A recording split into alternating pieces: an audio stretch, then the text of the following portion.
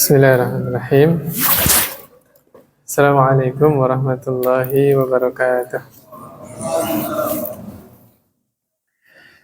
Alhamdulillah, wassalatu wassalamu ala rasulillah wa ala alihi wa ashabihi wa man tabi'ahum bi ihsanin ila yaumiddin, amma ba'd. Alhamdulillah, kita masuk di pertengahan bulan Muharram, ya. Ini malam ke-15. Kalau mau mastiin malam 15, lihat bulan. Ya, bulannya bulat apa enggak? Ya. Alhamdulillah, kita masih berada di bulannya Allah Subhanahu wa taala, ya, Syahrullahi al-Muharram. Yang kata Nabi sallallahu alaihi wasallam, afdhalus sholati ba'dal faridah salatul lail wa afdhalus siyami ba'da ramadan syahrullahi al-muharram. Salat sunnah yang paling utama setelah salat fardu adalah salat malam, dan puasa yang paling utama setelah puasa Ramadan adalah puasa di bulan Allah, yaitu bulan al-Muharram. Berdasarkan hadis tersebut, maka dianjurkan memperbanyak puasa selama di bulan Muharram. Ya, puasa apa? Ya puasa di bulan Muharram. Terutama yang paling dianjurkan adalah tanggal 10 kemarin. Ya, semoga yang tadi kemarin puasa tanggal 9, tanggal 10 diterima puasanya oleh Allah Subhanahu wa taala. Kemarin kita sudah bahas definisi Islam, kemudian iman, ihsan, sampai rukun Islam. Rukun Islam sudah disinggung sedikit tentang sholat, tentang zakat, ya, puasa Ramadan, haji. Nah, malam ini insya Allah kita akan bahas tentang tafsir syahadatain, yaitu syahadat tauhid dan syahadat rasul. Jadi syahadat itu ada dua. Yang pertama syahadat tauhid, yang kedua syahadat rasul. Dalilnya di dalam surah Ali Imran ayat 18, kata Allah Subhanahu wa taala, syahidallahu annahu la ilaha illahu. Allah mempersaksikan atas dirinya sendiri, ya. Allah menyatakan bahwa tidak ada ilah yang berhak disembah kecuali Dia. Siapa Dia di sini? Allah Subhanahu wa taala. Wal malaikah, dan para malaikat juga menyaksikan hal tersebut, memberikan persaksian. Persaksian apa? La ilaha illallah.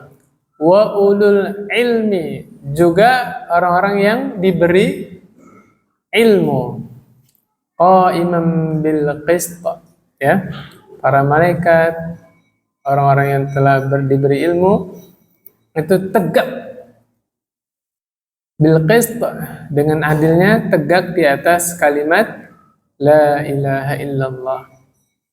Penutupnya la ilaha illa huwal azizul hakim. Tidak ada sesembahan yang berhak disembah kecuali Dia yang maha perkasa dan maha bijaksana. Wa ma'na la ilaha illallah la ma'buda bihaqqin illallah wahdah. Yang pertama, makna la ilaha illallah adalah la ma'buda bihaqqin illallah wahdah. Tidak ada yang berhak disembah kecuali Allah saja. Ini terjemahannya, ya. Dijelasin lagi. La ilaha nafiyan jami'a ma yu'badu min dunillah. La ilaha itu adalah kalimat nafi. Tahu nafi enggak, Pak? Nafi itu penolakan, peniadaan, ya. Peniadaan jami'a ma yu'badu min dunillah. Yang pertama, peniadaan, kita meniadakan seluruh sesembahan-sesembahan selain Allah, enggak ada. Oke? Ya, batil. Seluruh sesembahan-sesembahan selain Allah adalah batil, ya. Banyak yang disembah selain Allah, tapi semuanya batil, semuanya tidak berhak disembah. Illallah musbitan al-ibadata lillahi wahdahu la syarikalah fi ibadati. Illallah, kita tetapkan satu-satunya yang berhak disembah hanya Allah Subhanahu wa taala. Jadi kalimat tauhid itu tidak akan terrealisasi kecuali memenuhi dua rukun. Rukun yang pertama apa? Nafi. Nafi itu peniadaan, penolakan. Kita menolak sesembahan-sesembahan selain Allah Subhanahu wa taala. Ya. Peniadaan di sini apa? Kita yakini seluruh sesembahan selain Allah tidak berhak disembah. Itu maksudnya ya. Kalau peniadaan kita bilang nggak ada sesembahan selain Allah, menyalahi kenyataan. Kenyataannya Tuhan-Tuhan selain Allah ada tidak? Banyak. Tapi seluruhnya tidak berhak disembah. Nah, yang kedua rukunnya musbit atau isbat. Apa? Menetapkan hanya Allah satu-satunya yang berhak disembah. Nah, ini tambahan dari saya. Nggak ada di kitab sini, tapi mumpung saya ingat. Yang benar, orang yang menjelang wafat atau yang sedang sakaratul maut, itu yang syar'i, yang sunnah ditalqinkan kalimat apa Pak? La ilaha illallah. Yang lengkap. La ilaha illallah. Jangan su'udzon. Orang yang su'udzon katanya talqinnya cukup Allah saja. Katanya apa? Khawatirnya. Nah, jangan-jangan orang yang sakit ini baru bilang la ilaha meninggal. Apa artinya? Tidak ada Tuhan, terus meninggal dia. Bukannya bertauhid malah kufur. Ini namanya suudzon. Ya. Kita cukup kerjakan apa yang dianjurkan Nabi. Nabi bilang apa? Laqinu mautakum la ilaha illallah. Talqinkan mautakum apa artinya? Jenazahmu. Bukan, mautakum di situ maknanya calon mati kalian. Dan kalau diterjemahkan secara kamus bahaya. Coba kalau diterjemahin, talqinkan mayat kalian. Talqinnya apa? La ilaha illallah. Salah penerjemahan, akhirnya ditalqinnya di mana? Di kuburan. Jelas sampai sini Pak? Karena salah menerjemahkan. Yang benar itu talqinkan calon mati kalian. Jadi orang yang lagi sakaratul maut, yang lagi sekarat atau sakit parah, diperdengarkan di telinganya, dibisikin la ilaha illallah. Ya, harus lengkap. Nanti Allah yang memudahkan dia mengucapkan la ilaha illallah. Kenapa? Karena beda antara kata Allah dengan kalimat la ilaha illallah itu beda. Saya tanya, Bapak-bapak, Ibu-ibu yang dirahmati Allah Subhanahu wa taala. Orang Hindu, Buddha, Kristen, Yahudi boleh bilang Allah? Boleh, silakan. Mereka orang kafir kalau mengucap Allah merubah agamanya tidak? Tidak berpengaruh. Tapi kalau ada orang Nasrani menjelang wafat dia bilang la ilaha illallah, berubah keyakinannya? Berubah. Kita mandiin, kafanin, sholatin, kita kuburin. Karena berubah statusnya jadi seorang muslim. Nah itu. Jadi nggak sama. Makanya zikir, sebaik-baik zikir adalah la ilaha illallah. Dulu masih ingat nggak? Afdalul zikri fa'alam annahu la ilaha illallah. Ya. Jadi keliru. Yang zikir la ilaha illallahnya disingkat jadi Allah saja. Pernah dengar? Apalagi Allah disingkat lagi jadi apa? Allahu Akbar, la ilaha illallah. Hati-hati ya. Wa khairul huda Muhammadin sallallahu alaihi wasallam. Sebaik-baik petunjuk adalah petunjuk Nabi Muhammad sallallahu alaihi wasallam. Setiap Jumat loh itu diingetin. Supaya apa? Supaya terpatri di dalam hati kita. Sebaik petunjuk adalah petunjuk Nabi Muhammad sallallahu alaihi wasallam. Sayangnya nggak diterjemahin ya. Innal hamdalillah. Kita dengar tapi nggak tahu artinya. Ya. Terjemahannya apa, Pak? Sebaik-baik petunjuk adalah petunjuk Nabi Muhammad SAW. Saya tanya. Nabi pernah ngajarin zikirnya Allah Allah saja? Begitu? Tidak. Yang Nabi sarankan adalah zikir la ilaha illallah. Faedah lagi, memperbanyak kalimat tahlil la ilaha illallah itu anjuran syariat, disunahkan setiap saat. Jangan nunggu ada kematian. Angkat katil ya, Pak? Katil apa keranda? Katil itu bahasa mana? Oh, la ilaha illallah ya kan? Atau setelah penguburan malamnya baru tahlil. Keliru.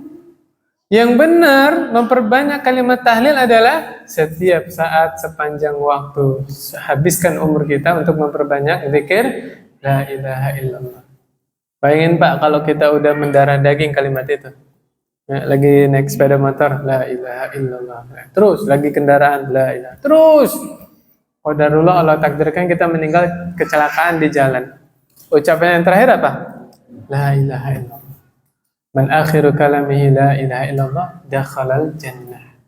Siapa yang akhir ucapannya la ilaha illallah pasti masuk surga. Misalnya jelas ya. Jadi yang dianjurkan diperbanyak zikirnya itu adalah la ilaha illallah. Kemudian ada yang menarik ya, penulis membawakan dalil ini di dalam surah Az-Zukhruf ayat 26-28 ya, 26-27-28. Kata Allah Subhanahu wa taala, "Wa idz qala Ibrahimu li abihi wa qaumihi innani bara'um mimma ta'budun."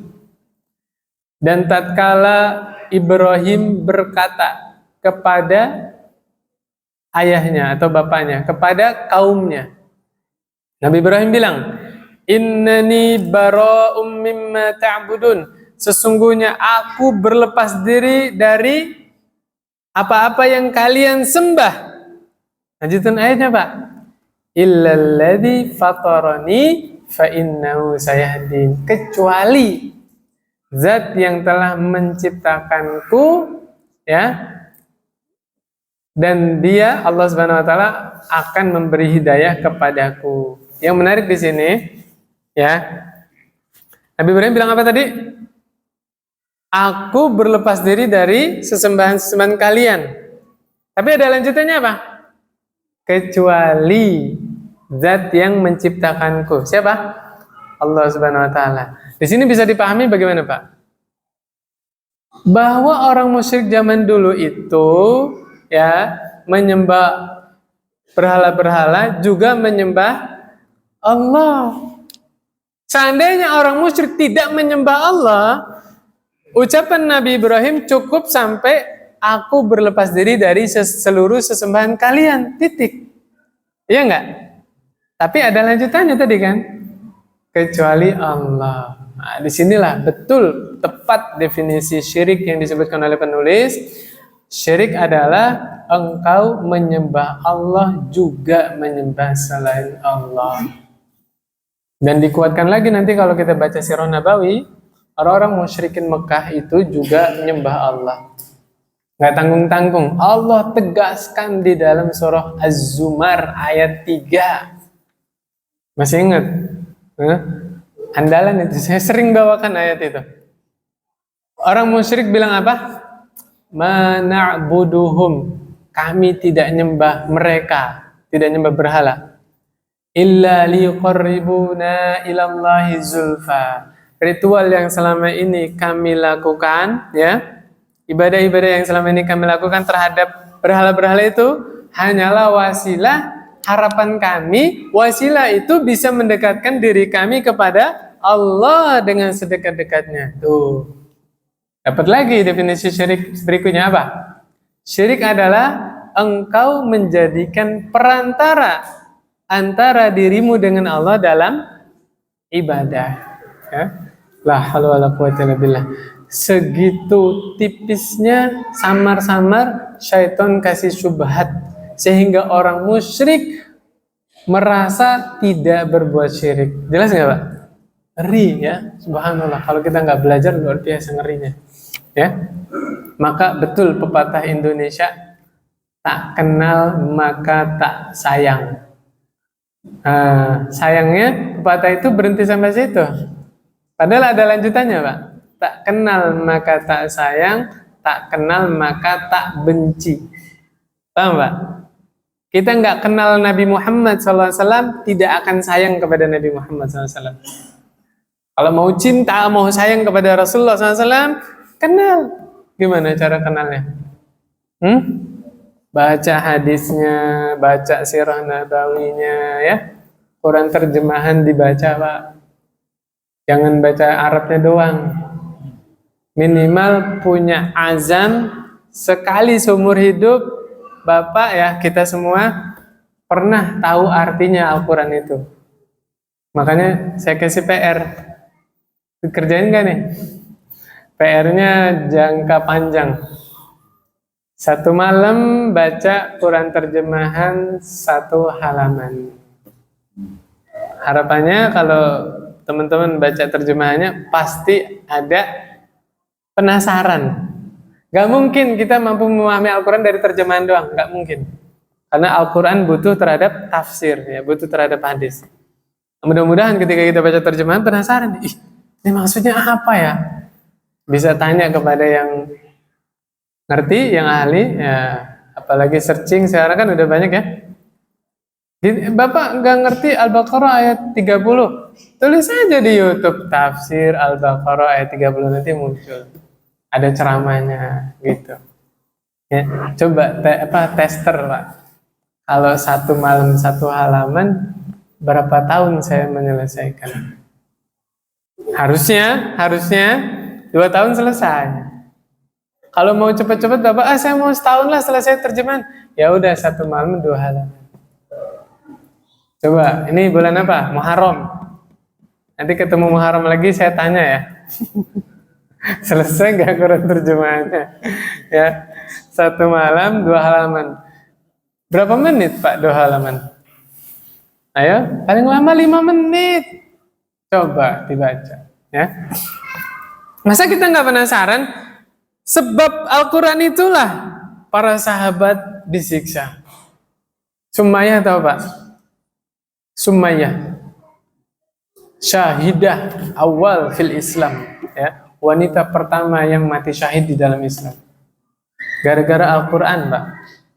Gara-gara Al-Quran, Abu Bakar itu digebugin sampai hidungnya nggak berbentuk. Gara-gara Al-Quran, Nabi Muhammad SAW diusir dari Mekah. Gara-gara Al-Quran, Nabi Muhammad SAW akan dibunuh oleh pemuda-pemuda Quraisy. Masa kita nggak penasaran apa sih isi Al-Quran itu? Ya kan? Nah, coba gali. Ya. Ya, mudah-mudahan nanti pahamnya ketika hadir di majelis-majelis tafsir, ya. Itu. Kemudian berikutnya di dalam surah Ali Imran ayat 64. Kata Allah Subhanahu wa taala, "Qul ya ahlal kitab ta'alu ila kalimatin sawa'in bainana wa bainakum." Ini Ali Imran ayat 64 sedang membahas agama Nasrani itu ada kesamaan dengan kita. Ya, beberapa poin. Dalilnya mana? Qul, Allah berfirman kepada Nabi Muhammad, "Qul," katakan wahai Muhammad, "ya ahlul kitab," wahai ahlul kitab. Siapa ahlul kitab? Yahudi, Nasrani. "Ta'alu, mari sini. Ila kalimatin sawa'in bainana wa bainakum." Mari kita komitmen ke kalimat yang sama antara kita dengan kalian, antara orang Islam dengan Yahudi Nasrani. Yang bagaimana? Alla na'budu illallah wa la nusyrika bi syai'a. Yaitu hendaknya kita tidak beribadah, tidak menyembah kecuali hanya kepada Allah, dan kita tidak berbuat syirik, tidak menyekutukan Allah dengan sesuatu pun. Wala yattakhidha ba'duna ba'dan arbaba min dunillah. Dan jangan sampai di antara kita nih, salah seorang di antara kita ada yang menjadikan Tuhan-Tuhan selain Allah. Jangan sampai. Fa in tawallaw faqulu asyhadu bi anna muslimun. Kalau kalian berpaling, wahai Yahudi Nasrani, kalian enggak mau ke kalimat yang sama ini, saksikanlah sesungguhnya aku termasuk orang-orang muslim. Muslim itu apa, Pak? Orang Islam. Ya, muslim pelakunya, fa'ilnya. Islam agamanya, kegiatannya itu Islam. Kemarin sudah diterangkan ya. Islam adalah berserah diri kepada Allah dengan mentauhidkannya, tunduk patuh kepada Allah dengan mentaatinya, serta berlepas diri dari kesyirikan dan pelaku syirik. Al-istislamu lillahi bitauhid wal inqiyadu lahu bitta'ah wal bara'atu minasyirki wa ahli. Jelas? Tadi apa? Rukun la ilaha illallah. Ada berapa, Pak? Ada 2. Yang pertama, nafi, meniadakan seluruh sesembahan selain Allah, bahwa segala sesuatu selain Allah yang disembah adalah batil, sesat, menyesatkan. Yang kedua, isbat, menetapkan satu-satunya yang berhak disembah hanyalah Allah Subhanahu wa ta'ala. Sekarang syarat la ilaha illallah. Ada 8, Pak. Banyak ya. Apa aja? Yang pertama, al-ilmu. Ya. Harus mengetahui makna la ilaha illallah. Ngaku, Pak, ngaku. Dulu sama-sama, saya juga sama. Dulu dikira kita terjemahan la ilaha illallah apa? Tidak ada Tuhan selain Allah. Dulu banget. Sekarang udah belajar, yang benar adalah tidak ada Tuhan yang berhak disembah kecuali Allah. Nah, kita udah berilmu nih. Alhamdulillah, sudah tahu ilmunya. Yang kedua, al-yaqin. Gak boleh ada keraguan-raguan. Ketika kita berucap la ilaha illallah, gak boleh ada keraguan sedikit pun. Harus yakin bahwa Allah satu-satunya zat yang berhak disembah. Selain Allah, semuanya batil, tidak berhak disembah. Harus yakin. Yang kedua, ikhlas. Apa makna ikhlas? Ayo. Sebagian orang Indonesia keliru dalam menerjemahkan kata-kata ikhlas. Iya enggak? Dulu waktu SD inget enggak? Dikasih kue. Kuenya jatuh. Wah, enggak ikhlas nih. Beda, bukan itu. Coba buka surah Al-Ikhlas. Isinya apa? Tauhid. Qul huwallahu ahad, kan? Maka yang dimaksud ikhlas di situ adalah mentauhidkan Allah. Kalau ikhlas-ikhlas yang disebut orang Indonesia, maksudnya itu ridho, rela, Pak. Ikhlas nih buat saya, ya kan? Ikhlas enggak? Maksudnya apa? Ridho atau rela, ya. Ridho buat saya, rela, gitu maksudnya, Pak, ya. Jadi yang benar ikhlas menurut bahasa Arab itu maknanya apa? Mentauhidkan Allah. Yang keempat, as-sidqu. Apa as-sidqu? Jujur, membenarkan kalimat tersebut. Ya. Yang terkenal sahabat punya gelar as-siddiq siapa? Kenapa dapat gelar itu, Pak? Hah? Dari awal kenal Nabi Muhammad SAW sebelum jadi Nabi, ya.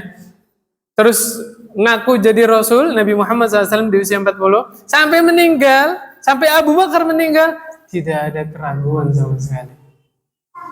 Ketika Rasulullah SAW mengaku bahwa dirinya adalah seorang Nabi di hadapan Abu Bakar langsung beriman. Tidak ada keraguan sama sekali, membenarkan kenabian Nabi Muhammad SAW. Nah, ini harus paten, nggak boleh ada keraguan-raguan. Kita harus membenarkan kalimat la ilaha illallah. Yang kelima, al-mahabbah. Apa al-mahabbah? Cinta. Kita wajib mencintai kalimat la ilaha illallah, ya. Wajib. Tidak sebagaimana orang munafik. Siapa orang munafik, Pak? Abdullah bin Ubay bin Salul. Lisannya la ilaha illallah, tapi hatinya hatinya benci kepada Allah, benci kepada Rasulullah SAW, benci kepada Islam, benci kepada para sahabat. Na'udzubillah. Kemudian yang keenam, al-inqiyad. Al-inqiyad artinya apa? Tunduk patuh. Apa makna tunduk patuh terhadap la ilaha illallah? Hah? Tunduk patuh terhadap syariat Islam. Allah bilang apa? Kerjain. Allah haramkan apa? Tinggalin. Baru itu disebut tunduk patuh. Yang ketujuh, al-qabul. Al-qabul apa artinya? Menerima, ya. Harus di dalam hati kita harus ada penerimaan yang totalitas terhadap kalimat la ilaha illallah. Emang ada yang penerimanya tidak totalitas? Ada. Yang dia ngucap la ilaha illallah tapi dia juga sering nyebut-nyebut nama selain Allah. Kalau lagi kesusahan yang disebut siapa? Syekhnya, walinya. Ada Pak? Ada. Yang lagi ditimpa musibah, yang disebut siapanya? Gurunya. Na'udzubillah. Ingat gak film Walid? Apa kata Walid? Bayangkan wajah. Itu ajaran sufi, Pak. Kalau lagi zikir, yang ada di benak dia siapa? Wajah gurunya. Na'udzubillah, na'udzubillah. Ya. Nabi datang ngajak kita kalau zikir, yang ada di hati kita siapa? Allah Subhanahu wa taala, ya. Yang ada di dalam benak kita kebesaran Allah Subhanahu wa taala. Ini malah suruh bayangin wajah gurunya. Na'udzubillah. Itu bukan dari Islam. Yang terakhir nih, Pak. Al-bara'ah, berlepas diri dari segala kesyirikan. Ya, baik syirik-syirik yang besar, yang akbar, maupun syirik-syirik yang kroco-kroconya, syirik kecil. Bisa nyebutin contohnya, Pak? Syirik kecil itu apa aja, Pak? Riya, apa lagi? Bersumpah atas nama selain Allah, ya. Sum'ah, apa lagi, Pak? Khurafat, tahu khurafat, Pak? Khurafat itu apa? Tatoyur itu apa? Tatoyur itu menganggap sial, Pak.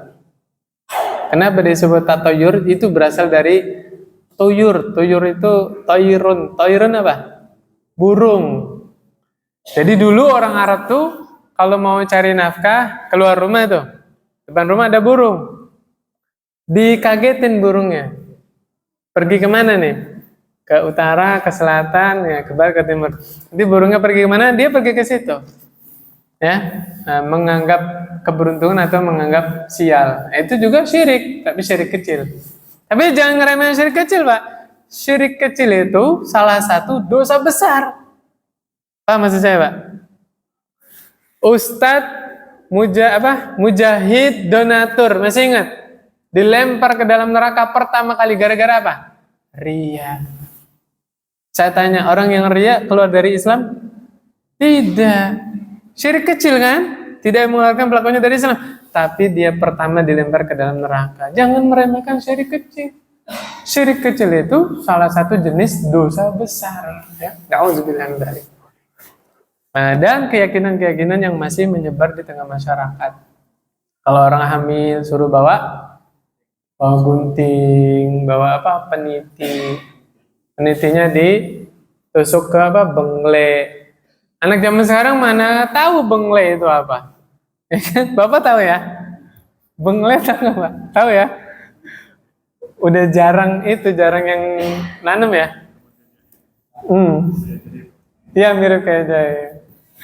Nggak tahu anak zaman sekarang tahu nggak bengle itu? Apa bawang putih dan yang lain itu ya? Ketakutan, Pak. Kalau terjadi gerhana bulan ya, atau gerhana matahari, orang hamil suruh masuk kolong, ya. Itu tatoyur, Pak. Ya. Kemudian apa lagi? Kejatuhan cicak, merasa sial, ya kan? Nah, sebaliknya, saya tanya, Pak. Ada gagak, suara gagak, apa burung hantu? Kalau malam-malam, ya, katanya bakal ada yang meninggal. Ya, ada burung hantu, nggak ada burung hantu pasti meninggal. Dulu waktu kita kecil, jangan foto bertiga. Nanti salah satunya meninggal. Keliru. Yang benar, Semuanya meninggal. Yang moto juga ikut meninggal. Paham ya? Terus kalau kita foto nggak bertiga, nggak bakal mati gitu. Siapa yang mau? Tadi saya mau ngomong apa lupa ya.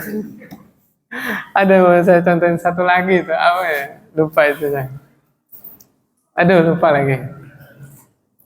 Hah? Iya sama itu juga kalau nabrak kucing katanya bakal kena sial. Nah, ini saya ingat. Bagaimana kalau kita jualan bilang apa? Biasanya penglaris pertama. Nah, kita bilang laris manis Tanjung Kimpul, dagangan habis duit ngumpul. Salah nggak dalam ucapan itu? Enggak. Ternyata itu masuknya nanti optimis. Saya lupa bahasa Arabnya itu apa ya? Tafaul. Nah, ini ingat. Tafaulan itu optimis. Tapi saya pesen uang kertasnya nggak usah digeprek-geprekin. Bakteri itu kuman. Berapa juta tangan orang megang uang itu kan? Nah, kantongin aja. Boleh sambil berharap ya laris manis Tanjung Kimpul. Itu kan pantun sebenarnya ya. Pantun, bukan mantra itu Pak, pantun itu. Laris manis Tanjung Kimpul, cakep gitu. Iya kan? Dagangan habis, duit ngumpul. Itu maksudnya pantun, tapi isi pantunnya harapan. Boleh tidak? Boleh. Tapi pesan saya, uangnya tidak usah uangnya simpen aja. Itu boleh Pak, itu nggak syirik. Ya, itu kalimat motivasi, optimis, nggak apa-apa.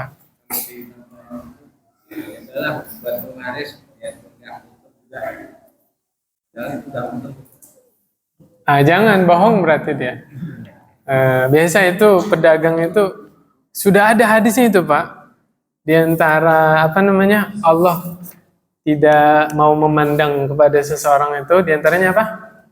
Pedagang yang bersumpah palsu untuk melariskan dagangannya. Ya, termasuk itu. Saya kurang suka loh sama pedagang kalau saya tawar tuh. Oh, belum dapat modal aja segini. Ya Allah, saya cuma ngambil untung 5.000. Aduh, saya udah males ya. Yang benar itu Bapak tinggal tawar-menawar. Gak bisa kayaknya, kalau segini saya lepas. Udah gitu aja. Gak usah pakai bahasa-bahasa. Belum nyampe, modalnya aja segini. Oh, jangan ya, gak usah. Sebagian orang malah gak enak dia nawar pedagangnya nyebutin begitu. Nanti kita adanya seuzon. Bener gak? Kita jadi seuzon, ini orang ngebohong, gak mungkin modalnya segitu ya kan? Gitu. Sekarang alhamdulillah Pak sudah ada marketplace. Pledge? Marketplace. Nah, kenapa? Untuk referensi harga, betul nggak? Sebelum kita menawar ke belanja offline itu, kita sudah tahu, oh pasarannya segini. Nah, kira-kira kalau saya menawar begitu, pantas nggak gitu. Dan saya pesen Pak, kalau yang jualan saudaranya, temennya, ya jangan jahat kita. Gimana jahatnya? Nawarnya nggak kira-kira, la ilaha illallah, harga temen. Loh, justru kita merasa temen harusnya jangan ditawar. Bener nggak Pak? Iya kan? Saya kutip pesan Ustadz Firanda ya, di antara pesan beliau ya, hafizahullah, termasuk sedekah sembunyi-sembunyi adalah tidak menawar dagangan saudaranya. Kalau perlu lebihin. Itu sedekah sembunyi-sembunyi. Jadi ada temennya jualan apa ya? Biasanya temennya biarlah dagangannya laris ya. Kalau beli satu segini, beli dua segini, tambah murah ya. Nah, Bapak gentle, walaupun beli dua, beli tiga, harganya tetap harga awal. Nah, itu Bapak sedekah sembunyi-sembunyi, Masya Allah. Mantep itu, ya. Sekarang gini aja Pak, seandainya dibalik. Kalau kita yang jualan, mau nggak ditawar sampai jatuh harga itu? Nggak mau kan? Apa kata Nabi? Waliyati ilan nasi ma yuhibbu ilaihi. Atau kama qala sallallahu alaihi wasallam, perlakukanlah orang lain sebagaimana Anda ingin diperlakukan. Iya nggak sih? Nah, coba Bapak kalau jualan buka harga langsung dibeli, seneng nggak? Ya sama, orang lain juga begitu. Ketika saudara kita jualan, wis berapa ini? Udah langsung beli. Niatnya apa? Mensupport temannya yang lagi usaha. Alhamdulillah teman saya tidak jadi pengemis. Betul nggak? Alhamdulillah teman saya tidak jadi pengamen. Iya nggak? Masih ada harga diri jualan. Bismillah. Gitu. Ya, subhanallah. Kemudian yang berikutnya surah Al-Bayyinah ayat 5. Ini udah familiar. Wa ma umiru illa liya'budullaha mukhlishina lahuddin. Hunafa'a wa yuqimus salata wa yutuz zakah wa dzalika dinul qayyim. Terjemahin sendiri aja, Pak ya. Udah mau Isya. Saya mau nerangin yang dalil syahadat Rasul. Syahadat Rasul itu minimal ada 4 kandungan, Pak. Ya. Yang pertama nih, ta'atuhu fima amar.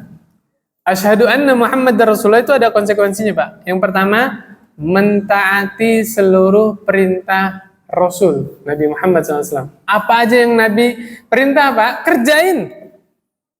Salah satu kaidah, Pak. Segala sesuatu yang sesuai sunnah pasti mengandung maslahat. Benar?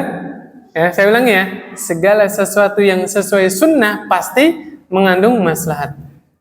Bapak tahu siwak, Pak? Pakai apa? Kayu kan? Masya Allah, Pak, diteliti oleh dokter. Ternyata kayu siwak itu mengandung herbal alami yang menyehatkan gigi, Pak. Subhanallah. Menghambat pertumbuhan bakteri di dalam gigi ya, dan menyehatkan mulut, subhanallah. Nah, itu baru satu siwak ya. Lalat. Coba kalau secara logika, lalat kan jorok ya. Dari mana? Sampah segala macam ya, hinggap di bangkai. Nabi bilang apa? Kalau minuman kalian dihinggapi lalat apa? Tenggelamin lalatnya. Lalatnya buang, air minumnya diminum. Ya. Sebagian orang jijik sama lalat. Diteliti sama dokter. Ternyata sayap lalat itu satunya membawa virus, satunya membawa antivirusnya. Subhanallah. Luar biasa. Saya ulangi ya. Segala sesuatu yang sesuai sunnah pasti ada maslahatnya. Satu nih yang berat dikerjakan oleh masyarakat. Ngambil makanan jatuh. Nah, ini biasanya gengsi. Apalagi lagi walimahan. Nih, bayangin Bapak lagi ngantri makanan ya, ngambil kerupuk. Kerupuknya satu jatuh ke lantai. Bapak ambil lagi nggak? Sebagian orang malu. Padahal di antara sunnah Nabi, kalau makanan kalian jatuh, ambil, bersihkan yang kotor, makan yang bisa dimakan. Itu nanti diuji sama Allah, diuji nanti. Besok ada walimahan, makan Bapak jatuh. Mana yang Bapak dahulukan? Gengsi, takut dicela temennya, ya masyarakat, atau ingin menegakkan sunnah? Kalau Bapak ambil, Bapak bersihkan, Masya Allah, dilihat sama orang, dicontoh lagi sama orang, Bapak jadi pelopor menghidupkan sunnah. Ya, subhanallah. Yang kedua, wa tasdiquhu fima akhbar, membenarkan seluruh berita yang sahih datang dari Nabi. Tambahin yang sahihnya, Pak ya. Karena yang namanya hadis, ya, hadis itu ada yang sahih, ada yang dhaif, ada yang maudhu', ya. Saya waktu itu dikirimin video, ya, biasa dari jamaah saya, masih dengar ceramahnya random gitu. Ya, saya maklumin namanya masyarakat kan semua ingin kebaikan kan. Kadang-kadang ngirimin video ke saya, dari Facebook biasanya. Qadarullah saya nggak main Facebook, Pak. Kadang-kadang kalau dikirim link, ya kadang bisa dibuka, kadang nggak bisa gitu. Apa lagi bisa dibuka? Ada salah satu ceramah Ustadz kita, Ustadz Salafi, menjelaskan begini. Bapak cari satu hadis saja, anjuran membaca Al-Fatihah setelah sholat. Tidak akan ketemu. Nggak ada. Ya sepanjang ini saya belajar hadis, saya belajar fikih, nggak ketemu ya. Zikir setelah sholat aja, bab fikih, bab zikir setelah sholat, ada nggak baca Al-Fatihah? Tidak ada. Habis itu dibantah sama ustadz sebelah ya, ustadz seberang. Dibawakan dalil, ada hadis tuh tentang anjuran membaca Al-Fatihah setelah salat. Hadisnya apa? Dhaif. Dia sendiri bilang, Pak, membawakan perkataan Ibnu Hajar Al-Asqalani. Habis itu ustadznya bilang apa? Ya, walaupun hadis ini dhaif, ini tetap hadis, bisa disandarkan kepada Nabi, kata dia. Kata dia. Padahal kalau dia belajar ilmu hadis, ya di awal-awal itu disebutkan tidak boleh menyandarkan hadis kepada Nabi kecuali terbukti kesahihannya. Hadis dhaif nggak boleh Pak disandarkan kepada Nabi, nggak boleh. Nah ini nanti kita akan paham salah satu penyebab perselisihan umat ini, ya. Yang satu menegakkan sunnah, yang satu membela bid'ahnya. Salah satu diantaranya apa? Hah? Banyak saudara kita yang mengamalkan hadis-hadis dhaif. Di antaranya itu. Padahal Al-Imam An-Nawawi rahimahullah menjelaskan tidak boleh kita berhujah dengan hadis yang dhaif. Ya, nggak boleh Pak. Hadis dhaif itu boleh diamalkan, syaratnya banyak sekali. Bukan berkaitan dengan hukum. Nanti syaratnya diantaranya itu ya, dhaifnya tidak parah misalnya. Kemudian nanti ada hadis-hadis lain yang mendukung. Jadi gini Pak, ada yang namanya hadis Hasan li ghairihi. Pernah dengar nggak Pak? Hasan li ghairihi, ada Hasan li zatihi. Hasan li ghairihi ini tidak ada satu hadis pun yang hasan, hadisnya banyak tapi semuanya dhaif Pak. Contoh, saya sebutkan aja contohnya tentang sholat tasbih. Pernah dengar? Sholat tasbih yang habis iftitah, habis al-fatihah, baca surat sebelum ruku baca apa? Subhanallah walhamdulillah wa la ilaha illallah wallahu akbar 15 kali. Baru nanti ruku, ya kan? Nah, nanti habis bacaan ruku sebelum intidal baca subhanallah walhamdulillah 10 kali. Baru gitu kan? Semua hadis-hadis tentang sholat tasbih itu semuanya dhaif, Pak. Tapi banyak riwayatnya. Dhaif. Karena banyak riwayatnya, walaupun semuanya dhaif, naik derajatnya jadi hasan li ghairihi. Makanya sebagian ulama mensyariatkan sholat tasbih. Ada. Sebagian lagi menolak sholat tasbih. Gara-gara apa? Syadz itu ini menyelisihi keumuman. Sholatnya aneh. Paham nggak? Dibantah oleh Ustadz Abdul Hakim bin Amir Abdul. Kalau sholat tasbih itu ditolak gara-gara kaifiahnya aneh, sholat gerhana lebih aneh lagi. Bener nggak Pak? Sholat gerhana lebih aneh lagi. Rukunya 2 kali, ya kan? Akhirnya dibantah itu, ya. Ala kulli hal, kalau yang mau melaksanakan sholat tasbih, insya Allah tidak mengapa. Karena bacaan subhanallah walhamdulillah wa la ilaha illallah itu termasuk bacaan-bacaan di dalam sholat, gitu. Tidak menyelisih sunnah insya Allah. Dan lagi kebanyakan riwayat dhaif tadi naik menjadi hasan li ghairihi. Ala kulli hal, tadi saya mau menerangkan di antara penyebab perselisihan, ya, amalan sunnah, amalan bid'ah, di antaranya apa? Hadis-hadis dhaif. Ya, padahal kalau dikembalikan kepada ulama hadis dhaif itu tidak boleh disandarkan kepada Nabi Muhammad sallallahu alaihi wasallam. Saya mau contohin ini dalil keutamaan surah Yasin. Ada ini udah bel ya. Ada itu. Nanti Bapak buka tafsir Ibnu Katsir bab surah Yasin. Nanti banyak itu hadis-hadis keutamaan membaca surah Yasin. Tapi semuanya hadisnya dhaif, tidak ada yang sah disandarkan kepada Nabi Muhammad SAW. 2 lagi Pak ya. Yang ketiga, menjauhi seluruh yang dilarang oleh Nabi. Yang terakhir, yang keempat, tidak menyembah Allah, beribadah kepada Allah kecuali dengan syariatnya Nabi Muhammad sallallahu alaihi wasallam. Ya, insyaallah nanti kita lanjutkan di pekan depan ya. Subhanakallahumma wa bihamdik asyhadu an la ilaha illa anta astaghfiruka wa atubu ilaik. Assalamualaikum warahmatullahi wabarakatuh.